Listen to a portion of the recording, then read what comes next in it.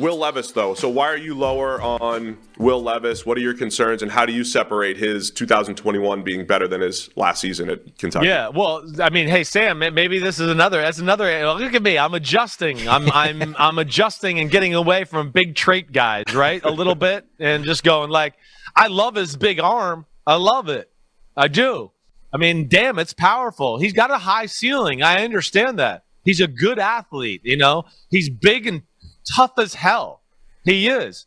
But whether I go back to last year or this year, there's still too many decisions and throws where I just go, wait, you're too good to miss that throw or make that decision or be all over the place with releases and footwork and everything, or floating in the pocket. And I'm going, the pocket's perfect. Or you're actually floating and going to get hit because you're doing that.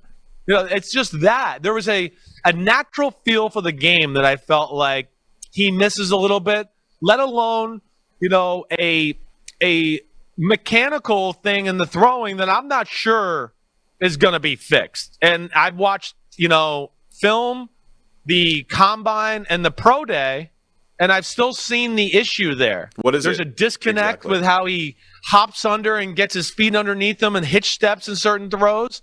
And then even like the combine or the pro day workout too, there's some throws where you go, whoa, and you look at it and it flies off his hand and it looks pretty, right? And you go, oh my gosh. But then the receiver has to turn back or stop or slow down. You go, well, it wasn't really on rhythm and timing and quarterbacky there that way. And there's a lot of that too. So, again, I recognize the ceiling's high, but I do think he's got a guy that's got maybe a low floor too. And there's some issues there that I don't think are easily fixed. And, I guess I just couldn't buy into him like the rest of the crowd could.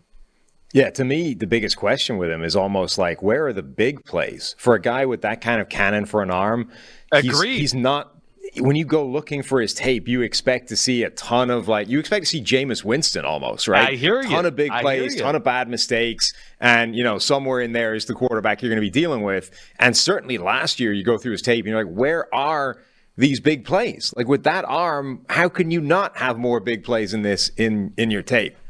Right. And then too, to like Steve's point with Anthony Richardson too, and I think you probably realize this too, Sam, you start to go, wait, I know he's smart, but there's parts of me that go football smart. I'm not sure. There's a lot of the same concepts you see all the time. And I'm like, I wrote question marks. Like, is this the offense or is this him? Right. Because this is the second quarter and it's the fifth time I've seen this play already. Right? Yeah. And agreed with you. It's not as many big throws and big plays as you would expect with what you hear and the attributes and everything like that. I was underwhelmed in that department.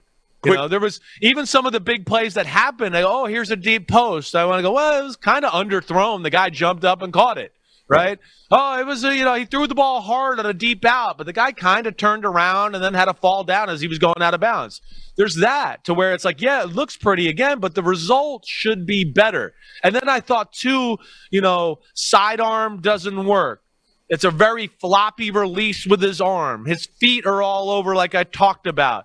And then there's just those plays that you guys know as a quarterback where, hey, it's not perfect and you're moving in the pocket and, hey, there's somebody open and you got a little room and he's open and, just get it done. Your mechanics aren't going to be perfect, right?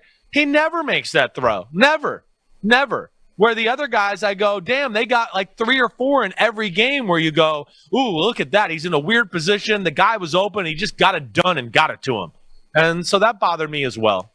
Yeah, I sometimes I get too swayed by those plays. That's what I love about, I think, Bryce Young the most. I think Bryce Young just has that natural football feel the best.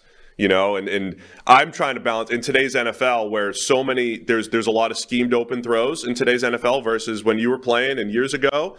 Right. But then you also have to have that natural playmaking ability. Sometimes personally I skew too much toward that. And of course Mahomes is the extreme example, but you have to have some of it, right? You at least have to have some of that element of, to your game.